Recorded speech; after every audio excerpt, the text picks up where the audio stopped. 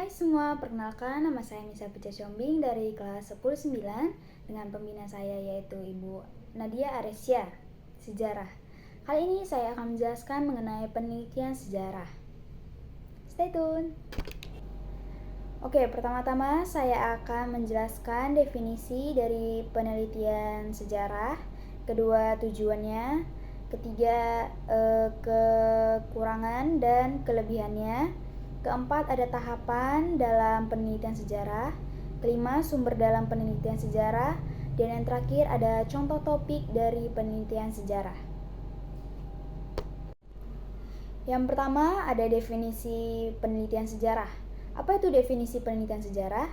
Definisi penelitian sejarah merupakan salah satu metode penelitian yang meneliti tentang apa yang terjadi di masa lalu atau di masa lampau. Kemudian definisi menurut para ahli yaitu Yatim Rianto pada tahun 1996 menyebutkan bahwa penelitian sejarah merupakan the-expose faktor research yang dinaungi oleh penelitian kualitatif. Yang kedua ada tujuan dari penelitian sejarah. Apa itu tujuan dari penelitian sejarah?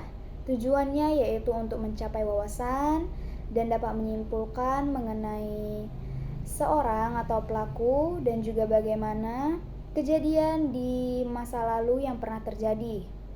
Kemudian juga ada tujuan pentingnya manusia mengenal peristiwa di masa lalu. Yang pertama, belajar dari kegagalan. Yang kedua, dari peristiwa di masa lalu bisa dijadikan ilmu ke depannya. Oke, yang ketiga ada kekurangan dan kelebihan dari penelitian sejarah.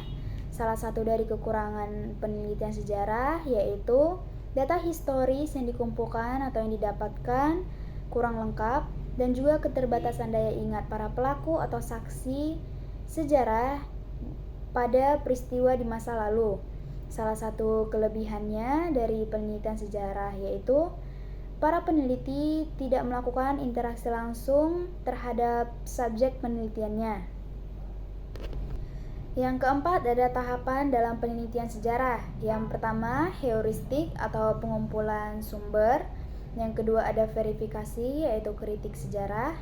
Yang ketiga yang paling penting dan terutama yaitu interpretasi, yaitu sumber sejarah yang sudah diverifikasi dan ditafsirkan oleh peneliti.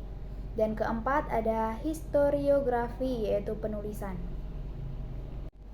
Yang kelima ada sumber dalam penelitian sejarah. Sumber dalam penelitian sejarah dibagi dua yaitu sumber primer dan sumber sekunder. Sumber primer yaitu pihak asli yang mengalami peristiwa di masa lampau. Yang kedua ada sumber sekunder yaitu berbentuk tulisan dan kemudian ditulis setelah peristiwa terjadi. Dan yang terakhir yaitu contoh topik dari penelitian sejarah. Salah satu contohnya yaitu bagaimana penjajahan sebelum kemerdekaan Indonesia.